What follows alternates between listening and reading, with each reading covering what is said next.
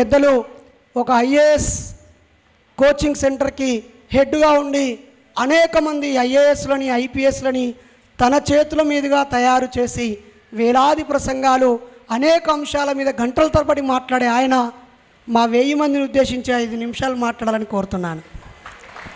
Thank you. Respected elders and friends, మిమ్మల్ని ఇంతమందిని చూడటం నాకు చాలా ఆనందంగా ఉంది.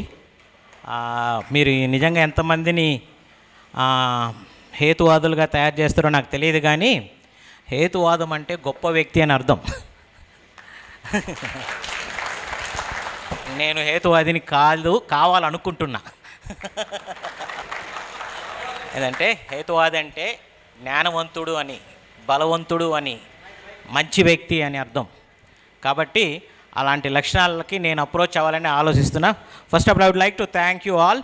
అండ్ బైరి నరేష్ గారు అంటే నేను చాలా తక్కువ మందిని బాగా ఇష్టపడతాను. ఆ ఇష్టపడే వ్యక్తే బైరి నరేష్ గారు. అలాగే నేను గౌరవించే వ్యక్తి కూడా బైరి నరేష్ గారు. ఎందుకంటే మేము నమ్మిన సిద్ధాంతం ఏంటంటే, నేను చేయలేని మంచి పని ఎవరు చేసినా వాళ్ళని ఎంకరేజ్ చేద్దాం, సపోర్ట్ చేద్దాం అనేది నా సిద్ధాంతం. సో నేను చేయలేని పని ఆయన చేస్తున్నాడు కాబట్టి I would be very thankful to him.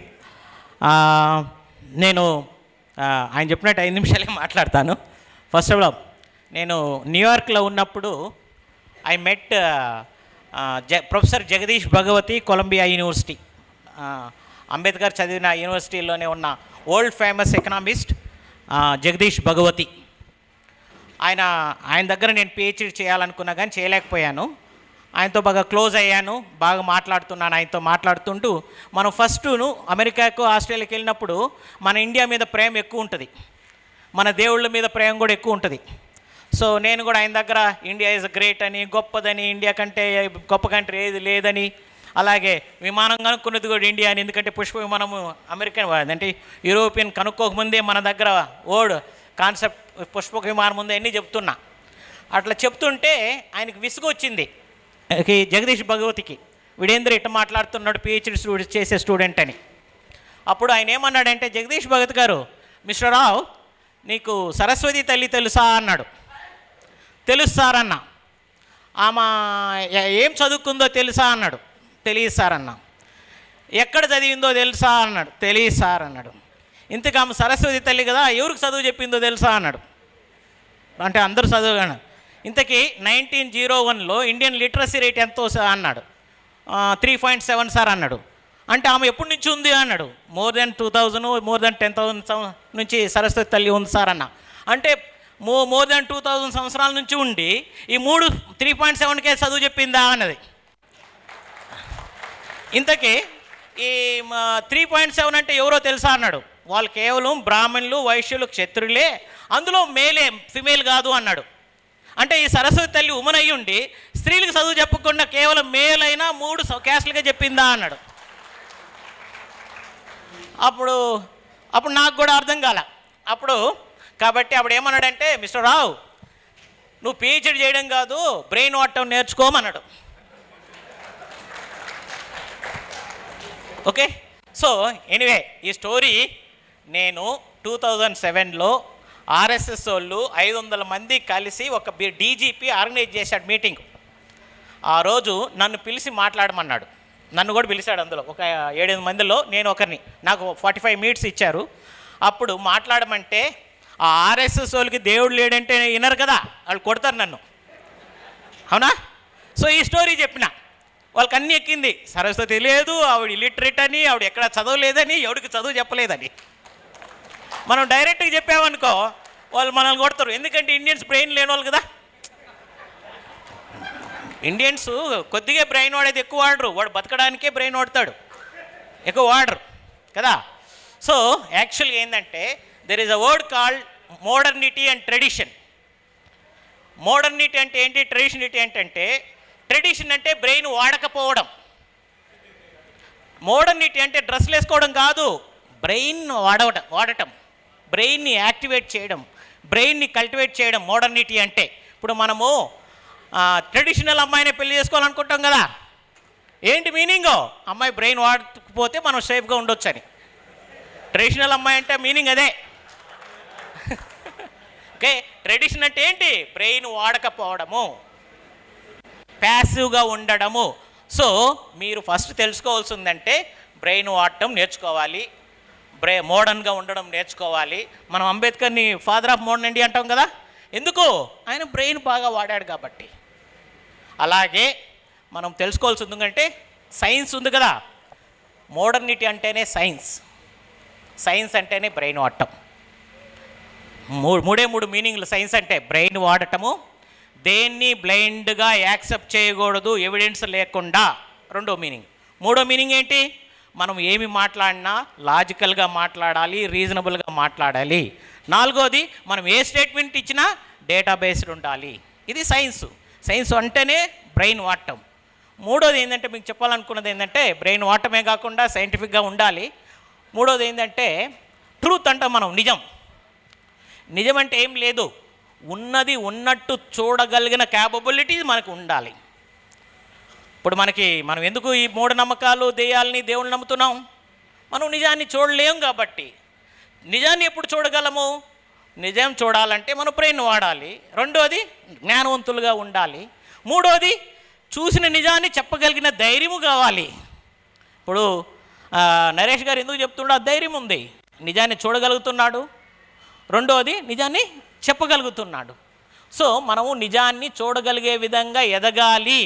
మనము ఇప్పుడు అదేంటి, మా హేతువాదులు అంటే మీనింగ్ ఏంటి? నిజాన్ని చూసే విధంగా ఎదగగలాలి. మీరు చదువుకోని అవసరం లేదు, కానీ నిజాన్ని చూసే విధంగా ఎదగగలాలి. నేను నమ్మిన సిద్ధాంతం ఏంటంటే, దేవుడు కంటే గొప్పవాడు మనిషి అని నేను నమ్ముతా.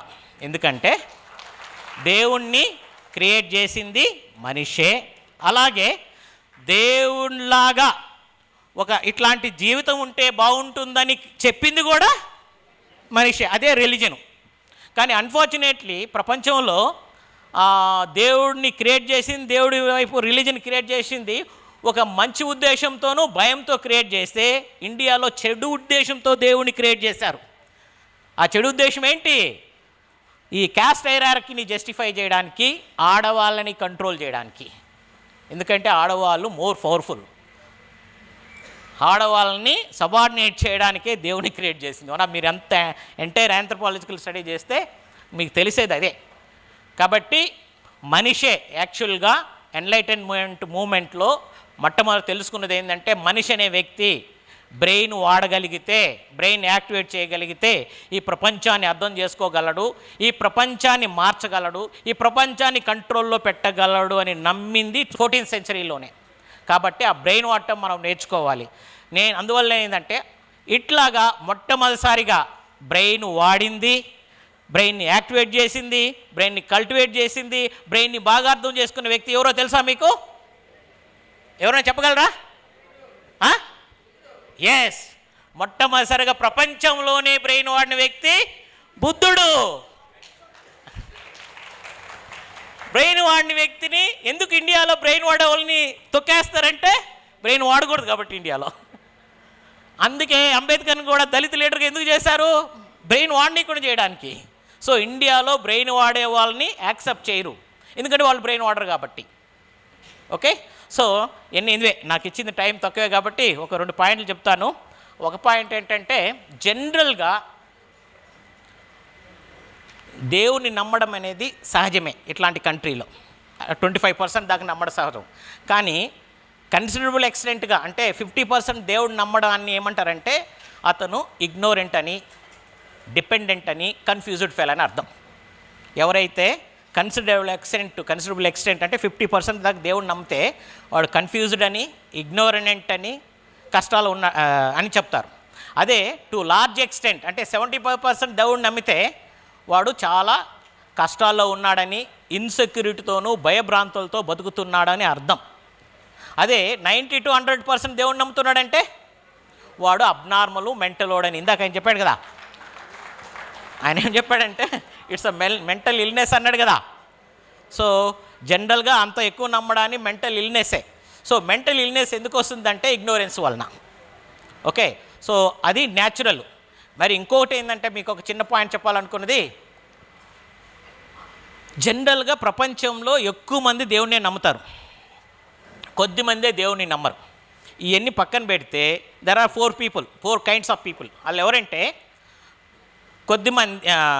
ఎక్కువ మంది దేవుణ్ణి నమ్ముతారు, కొద్దిమంది నమ్మరు, కొద్దిమంది వీళ్ళల్లోనే కొంతమంది దేవుణ్ణి అబ్యూజ్ చేస్తారు, మిస్యూజ్ చేస్తారు, దేవుణ్ణి వాడుకొని బతుకుతారు. ఇంకొంతమంది దేవుని పేరు మీద జనాల్ని చంపేస్తారు, వార్ క్రియేట్ చేస్తారు. ఈ 4 పీపుల్ ఉన్నారు కదా, ఈ 4 పీపుల్కి ఏ దేవుడు ఎప్పుడు ఎక్కడ రెస్పాండ్ అవనే అవ్వలేదు. దేవుడిని నమ్మినోడికి రెస్పాండ్ అవ్వలేదు, జనాల్ని చంపేవాడికి రెస్పాండ్ అవ్వలేదు. ఎందుకంటే దేవుడు ఎప్పుడు ఎక్కడ ఏమీ చెప్పలేదు, ఏమీ రాయలేదు కూడా. ఇప్పుడు రాసింది మాట్లాడేదంది కూడా ప్రజలే వాళ్ళ ఇంట్రెస్ట్ని ప్రమోట్ చేయడానికి చెప్పిందే తప్ప ఏ దేవుడు కూడా, ఇంకా ఇంక్లూడింగ్ జీసస్ కూడా బైబిల్ కూడా ఆయన రాయలా, పీటర్ వాళ్ళు కలిసి రాశారు. లాస్ట్ చిన్న ఎగ్జాంపుల్ చెప్పి నేను ఫినిష్ చేస్తా. సారీ, నేను నా క్లాస్మేట్ వాటికన్ సిటీలో వాళ్ళ మదర్ జాబ్ చేస్తుంది. ఆయన ఇప్పటి నుంచో అడుగుతున్నా నాకు ఒక్కసారన్నా పోపుని కల్పించమని. సో ఫైనల్గా ఒక టైంలో 2006లో పోపుని కల్పించాడు. సో పోపుని దగ్గర నాకు 3 నిమిషాలు ఇచ్చాడు. ఆయన ఏమని అడిగానంటే, ఫాదర్ నేను ఓపెన్గా మాట్లాడొచ్చా అన్న. ఎస్ అన్నాడు. నేను ఇంకోటి అడిగినా, విల్ యూ బీ హానెస్ట్ అన్న, మీరు హానెస్ట్గా ఉంటారా నాతో అని అన్న. ఎస్ అన్నాడు. అయితే నాకు 2-3 క్వశ్చన్లని ఆన్సర్ చేయండి అన్న. ఏమన్నానంటే, ఫాదర్ జీసస్ దేవుడు కాదు కదా, దేవుడని ఎందుకు నమ్మిస్తున్నావు జనాల్ని అన్న. రెండోది, బైబిల్ రాసింది జీసస్ కాదు కదా, అది 200 సంవత్సరాలు 200-300 సంవత్సరాలు పట్టింది రాయడానికి, చాలామంది కలిసి రాశారు. జీసస్ రాశాడని జీసస్ ఇట్లా చెప్పాడని ఎందుకు చెప్తున్నాను అట్లా అడిగాను.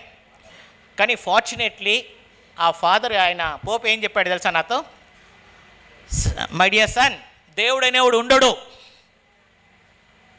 బైబిల్ రాసింది జీసస్ కాదు. కానీ నేను ఎందుకు చెప్తున్నానంటే దేవుడు ఉన్నాడని, సొసైటీలో ఒక మోరల్ ఆర్డర్ ఎస్టాబ్లిష్ చేయడానికి దేవుడు అని పేరు మీద చెప్తున్నాను. నేను ఇట్లా ఉండమంటే నువ్వు వినవు, జీసస్ చెప్పాడంటే వింటావు. సో అందుకని సొసైటీలో ఒక ఆర్డర్ ఎస్టాబ్లిష్ చేయడానికి, మోరల్ వాల్యూస్ని ఎస్టాబ్లిష్ చేయని చెప్తున్నానే తప్ప నేను దేవుడు అని చెప్పను. ఆ ఒక్క అబద్ధమే నేను చెప్పాను, జీవితంలో నేను ఎప్పుడు అబద్ధాలు ఆడలేదని చెప్పాడు. At least I have to thank pop, ఆయన హానెస్ట్గా మాట్లాడాడు.